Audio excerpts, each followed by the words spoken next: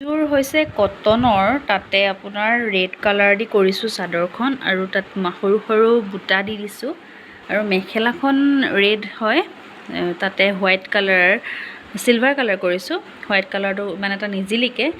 চ' কটনত কণ্ট্ৰাষ্ট ইমান নাপায় বাৰু, কিন্তু কাৰোবাৰ যদি লাক ভাল থাকে তেতিয়া কেতিয়াবা পাই যায়।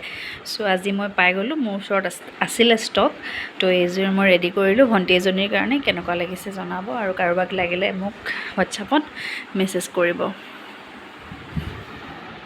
কণ্ট্ৰাষ্টত বহুতে বিচাৰে কিন্তু নাপায়। এইযোৰ মই একেবাৰে যাৰ পৰা মই কাপোৰ আনো তেওঁৰ ওচৰত আছিলে, মানে এটা ছেট কৰি কিবা কাৰণত থাকি গ'ল, মোক দি দিলে। চ' এইযোৰ তেওঁ লাকত মোৰ মানে ভণ্টি এজনীৰ কাৰণে বনাইছিলোঁ, তাই নিজৰ লাকত পাই গ'ল আৰু কেতিয়াবা পায় আৰু অলপ মোৰ ওচৰত ষ্টক এতিয়া ৰাখিছোঁ কণ্ট্ৰাষ্টত।